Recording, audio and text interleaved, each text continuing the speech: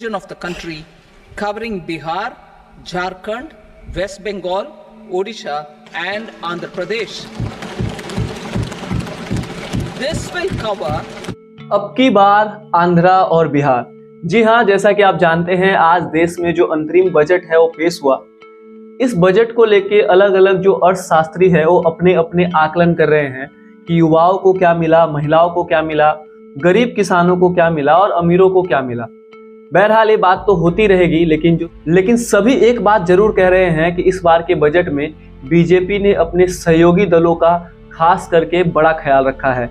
इसमें भी दो राज्य अहम हैं, बिहार और आंध्र प्रदेश। और इन दोनों प्रदेशों के जो मुख्यमंत्री है यानी नीतीश कुमार और चंद्रबाबू नायडू यानी यूं कहे कि जेडीयू और टीडीपी, और इन दोनों के कंधे पर ही वर्तमान की जो एनडीए सरकार है वो टिकी हुई है। तो क्या केंद्र सरकार की तरफ से बिहार और आंध्र प्रदेश को रिटर्न गिफ्ट है?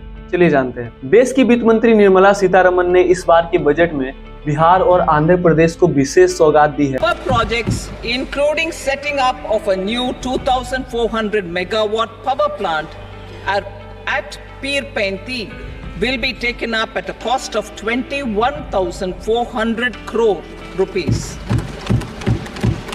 New airports, medical colleges and sports infrastructure in Bihar will be constructed.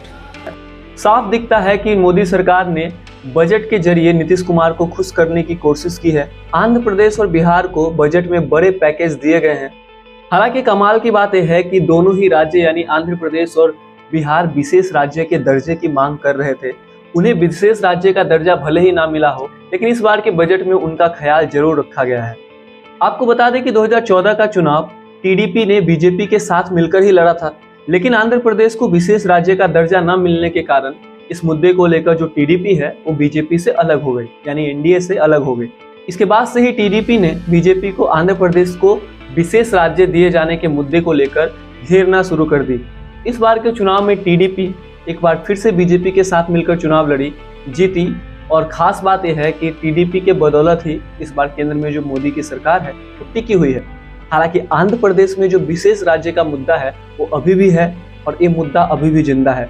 बहरहाल आंध्र प्रदेश को विशेष राज्य का दर्जा तो नहीं मिला।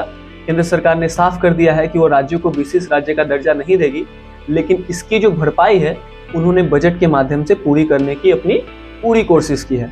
बिल्कुल ठीक ऐसा ही जो हाल है वो बिहार के साथ और नीतीश कुमार के साथ भी है। नीतीश कुमार भी बिहार को लेकर विशेष राज्य की मांग कर रहे थे, उन्हें भी विशेष राज्य का दर्जा नहीं मिला।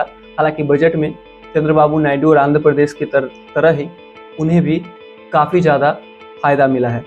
बात अगर आंध्र प्रदेश की करें तो आंध्र प्रदेश को इस बार 15,000 करोड़ रुपए का जो वित्तीय सहायता है वो दी जाएगी। वहीं वित्त मंत्री निर्मला सीतारमन ने कहा कि बिहार में 21,400 करोड़ रुपए की लागत में बिहार के पीरपैंती में 24,000 मेगावाट का बिजली संयंत्र बनेगा।